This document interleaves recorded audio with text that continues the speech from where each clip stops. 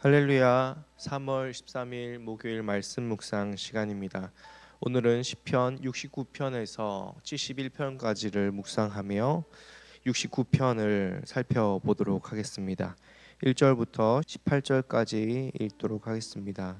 하나님, 나를 구원해 주십시오. 목까지 물이 찼습니다. 발 붙일 곳이 없는 깊고 깊은 수렁에 빠졌습니다. 물속 깊은 곳으로 빠져들어갔으니 큰 물결이 나를 휩쓸어 갑니다.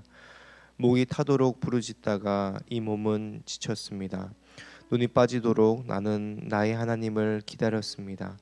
까닭도 없이 나를 미워하는 자들이 나의 머리털보다도 많고, 나를 없애버리려고 하는 자들, 내게 거짓 증거하는 원수들이 나보다 강합니다. 내가 훔치지도 않은 것까지 물어주게 되었습니다.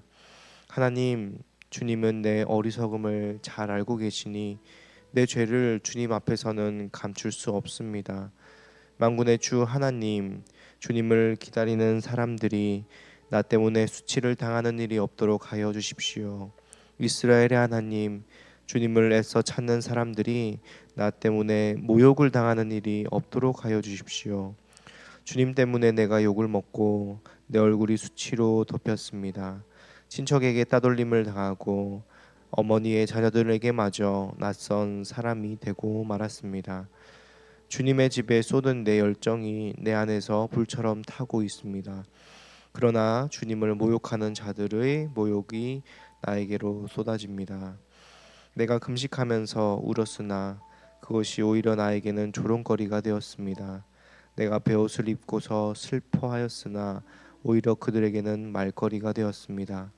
성문에 앉아 있는 자들이 나를 비난하고 술에 취한 자들이 나를 두고서 빈정거리는 노래를 지어 흥얼거립니다. 그러나 주님, 오직 주님께만 기도하오니, 하나님, 주님께서 나를 반기시는 그때에 주님의 한결같은 사랑과 주님의 확실한 구원으로 나에게 응답하여 주십시오.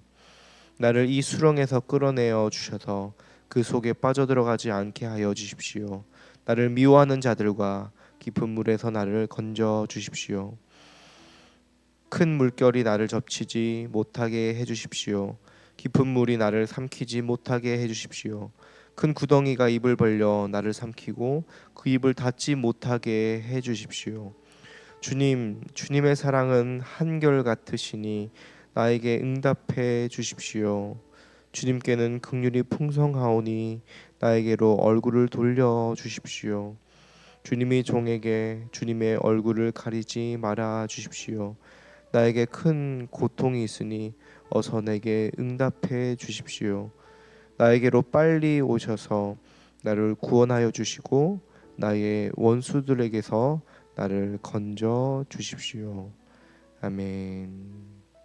여러분, 다윗 하면 혹시 어떤 것이 떠오르십니까?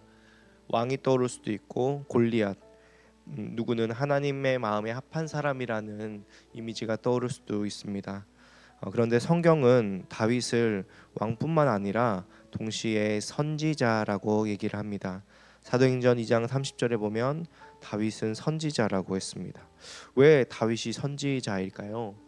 다윗이 그냥 역사적인 인물을 넘어서 바로 신약에 나타나신 예수님을 예표하는 인물이기 때문입니다. 그래서 다윗이 겪은 고난은 단순히 개인의 고난이 아니라 예수님께서 장차 오셔서 겪을 고난을 예언한 것이었고, 실제로 예수님께서도 다윗처럼 고통과 아픔을 당하시게 됩니다. 오늘 다윗은 억울하게 고난을 당하고 버림받고 배신당하지만 결국 왕위에 오릅니다. 예수님도 십자가에서 조롱받고 미움받고 배신당해 죽으시지만 결국 부활하시고 왕으로 지금도 다스리고 계십니다. 오늘 이 다윗과 예수님의 일생을 통하여서 우리 삶에도 우리가 고난을 당할 때에 우리의 고난이 우리 자신만의 고난이 아니라 예수님의 삶과 연결되어서 고난 가운데서도 우리가 소망을 노래하며 이 고난을 이겨내고 부활을 경험하는 놀라운 은혜가 이 말씀을 통하여 있길 주님의 이름으로 축복합니다.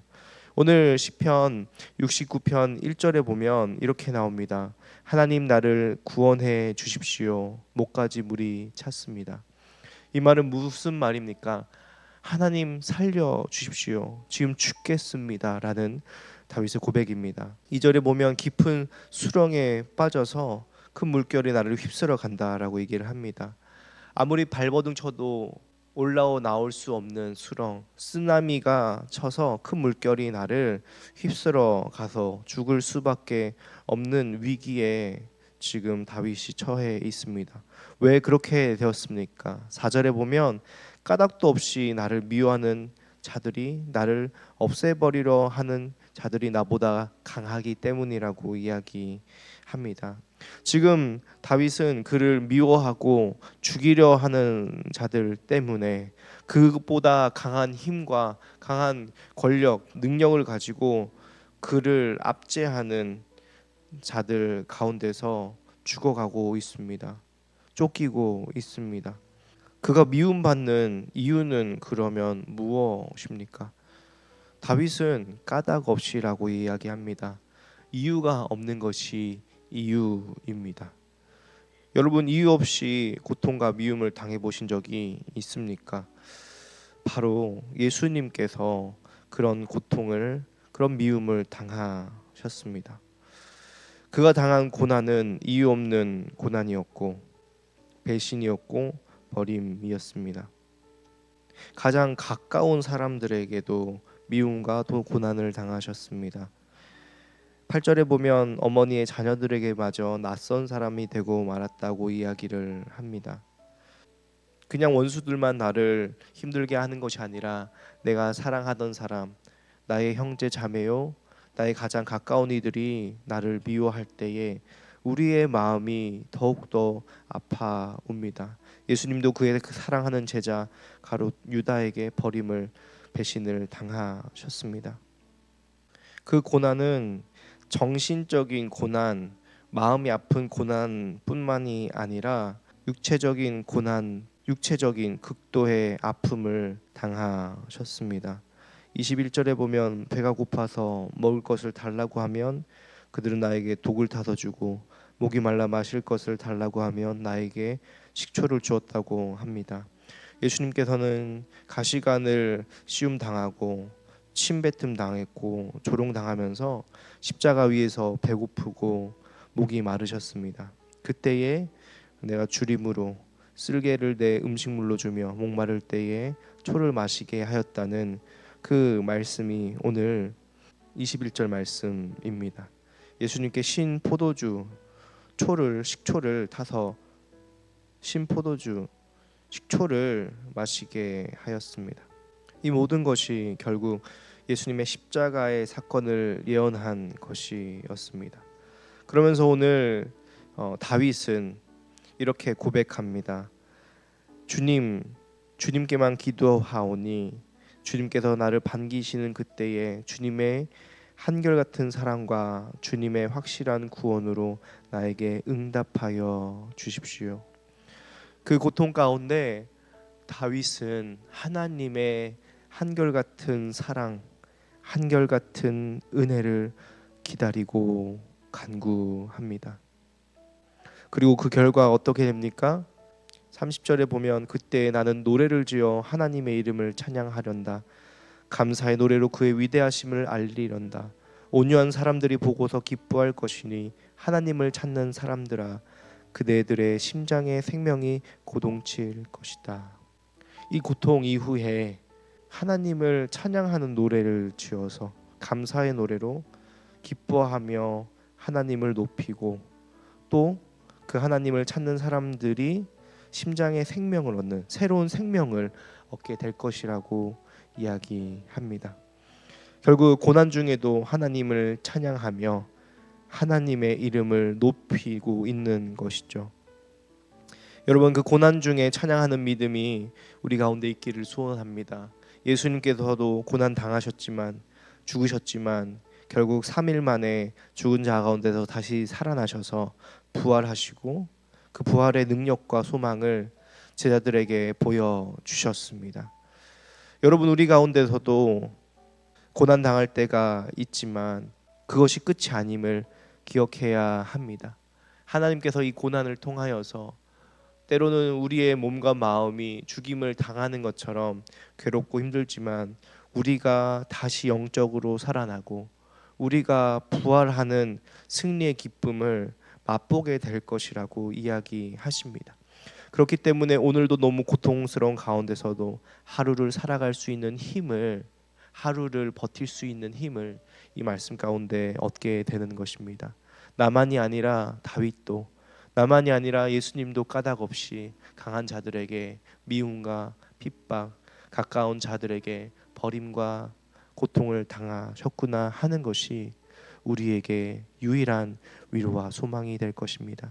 오늘 이 말씀을 통하여서 다시 주님께로 나아갈 때에 살아계신 예수님께서 십자가에서 흘리신 그 피로 우리의 죄를 용서하셔서 우리가 당해야 할 고난, 우리가 당해야 할 미움을 다 대신 당하시고 우리를 구원하셨기에 오늘도 우리가 구원받고 부활의 역전을 소망할 수 있음을 감사하며 하루를 살아내는 우리 모든 성도님들 다 되시길 주님의 이름으로 축복합니다.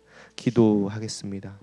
살아계신 하나님, 우리는 미움과 배신, 버림이 난무하는 시대 가운데 살고 있습니다. 원수들이 나를 위협하는 것도 힘들지만 가장 가까운 이들에게 육체적으로 또 정신적으로 정서적인 고난을 당하는 것이 너무나 어려울 때가 있습니다.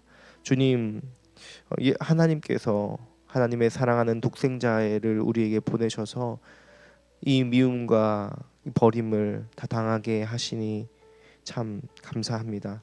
죄가 없으신 예수님께서 우리가 당해야 할 미움의 자리에서 그 모든 아픔을 경험하시고 죽으시고 부활하셔서 우리에게 소망과 생명을 주시니 참으로 감사합니다.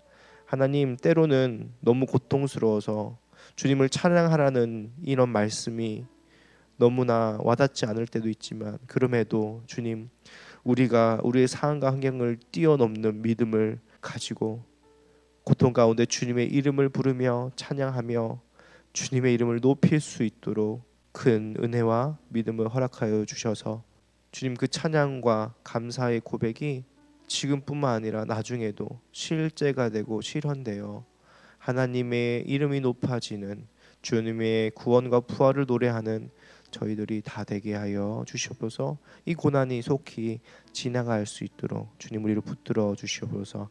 감사드리며 예수님의 이름으로 기도합니다. 아멘.